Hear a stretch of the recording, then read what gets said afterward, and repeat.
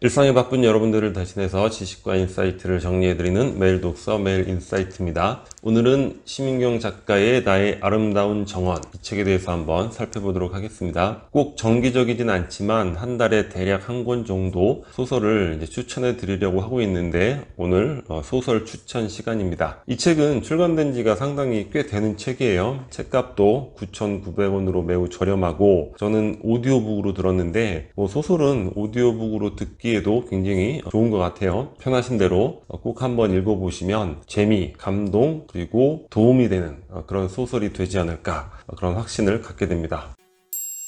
우리 가족은 왜 이 모양이지? 이 소설을 읽으면서 가족에 대해서 이제 생각을 해보게 됐죠. 아주 지긋지긋한 그런 싸움이 나옵니다. 그리고 화자가 어린 소년, 동구라는 소년인데, 소년 입장에서 얼마나 불안하겠어요. 매일 집에 막 싸우고 잘못하면 얻어 터지고. 이 소설의 배경이 1980년 그 위아래 시점이란 말이죠. 그때만 해도 폭력이 난무하던 그런 시절이었잖아요. 아이들에게 그냥 잘못하면 막 때리고 그런 게 굉장히 흔했죠.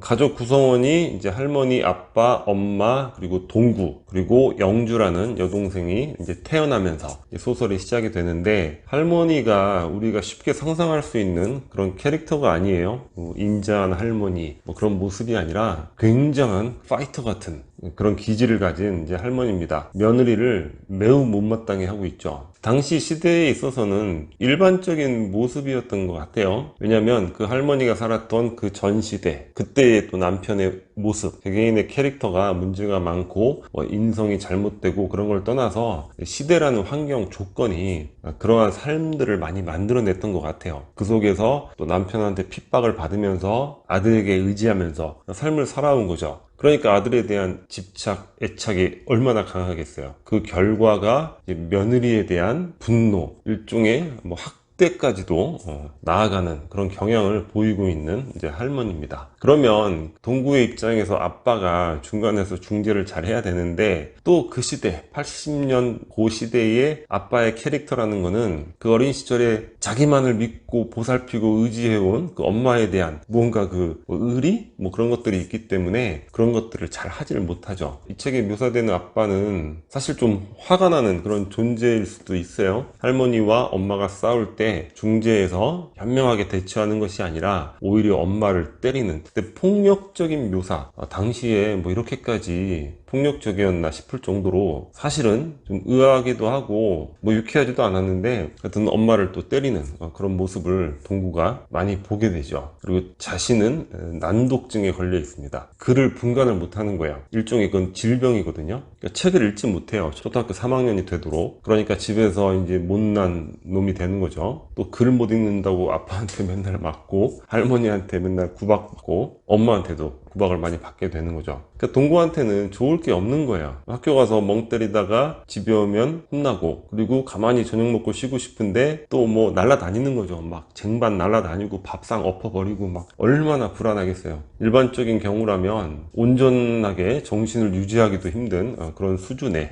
집안이 되는 거죠. 그럼에도 동구는 박 선생님이라는 아주 좋은 선생님을 만나게 되고, 그 선생님과의 대화 속에서 위안을 많이 갖게 됩니다. 그리고 선생님이 특별히 또 나머지 공부를 통해서 동구의 난독증을 해결해 주게 되는 거죠. 여튼 우리 가족은 왜 이 모양이지?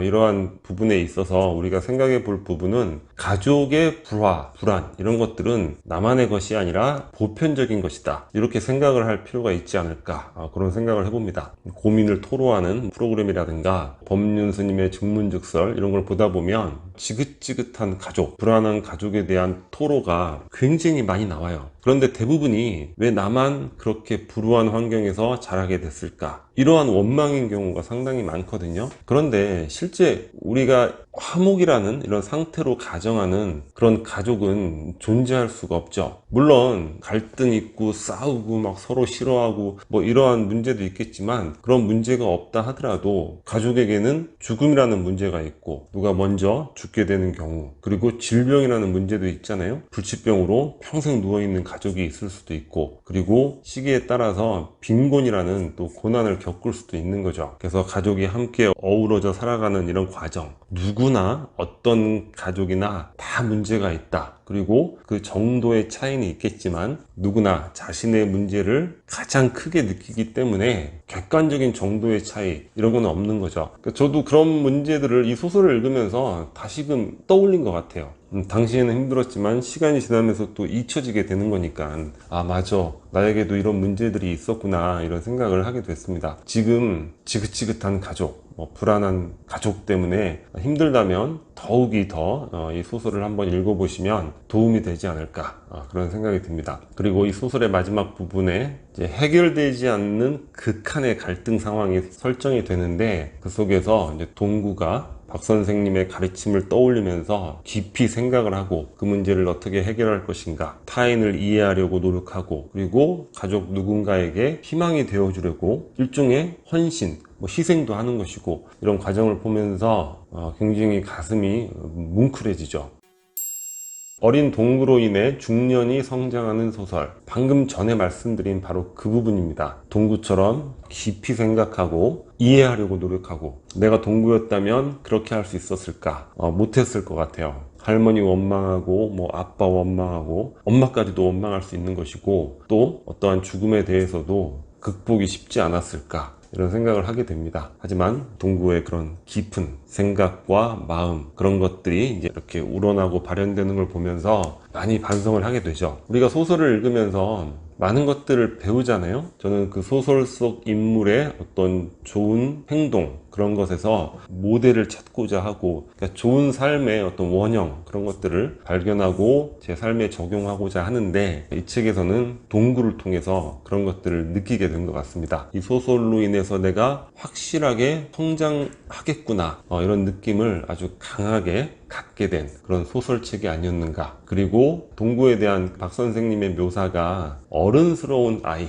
이런 표현이 있는데 굉장히 형용모순이잖아요. 어른스러운 아이. 그러니까 여기서 어른이라는 거는 좋은 표현으로 쓰인 건데, 과연 그런 좋은 어른이 있는가, 그런 부분들을 생각해 볼 필요가 있는 것이죠. 여기서 어른이라는 거는 내면적 성숙, 이런 것들이 어느 수준 이상 이루어져 있는 그런 인격, 그런 것들을 의미하겠죠. 근데 과연 우리가 어른으로서 그런 수준이 되는가, 그런 부분에 있어서 깊이 반성을 하게 된 것 같습니다. 어떠한 상황에 있어서 즉각적인 화라든가 분노, 갈등, 이런 것들로 표출하고 대응하기보다는 이제는 동구를 생각하면서, 동구라면 이 상황에서 어떤 생각을 어떻게 했을까, 그리고 어떤 행동을 했을까, 그런 것을 먼저 이제 떠올려 보게 되는 것이죠. 소설을 다 읽고 나서 한동안 마음이 뭉클했던 것 같아요. 그리고 마지막 작가의 말에서도 동구 이외의 소년에 대해서 또 소개를 하고 있는데, 그때도 이제 가슴 속에 막 눈물이 흐르는 그런 느낌을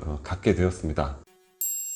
이외에도 이제 선생님이라는 존재에 대해서도 생각해 볼 수 있는 소설이에요. 한 인간의 성장에 있어서 누구보다 큰 긍정적 존재가 될 수도 있는 바로 그런 분이 또 선생님이고, 반대로 이 소설 속의 오 선생님처럼 한 인간의 성장에 있어서 누구보다 부정적 존재가 될 수 있는 또 그런 존재도 선생님이 아닐까. 여러 형태로 선생님으로 존재하고 있는 분이라면 또한 꼭 한번 읽어봐야 될 소설이 아닐까. 그리고 마지막으로 죽음과 상실감에 대해서 또 많은 생각을 하게 됩니다. 죽지 말아야 될 그런 분들이 여기서 이제 죽음을 맞이하는 경우가 나오는데 굉장히 좀 화가 나요. 소설가에 대해서 왜 꼭 이렇게 죽음으로 결론을 지어야만 했을까, 안타까움도 있는데, 여하간 가장 중요한 존재, 가장 가까운 존재, 가장 아끼는 존재, 가장 사랑하는 존재가 죽었을 경우 그로 인한 상실감, 그런 부분들, 또 제 삶에 있어서의 경험들 투영해 보면서 여러 상념에 젖게 된 것 같습니다. 오늘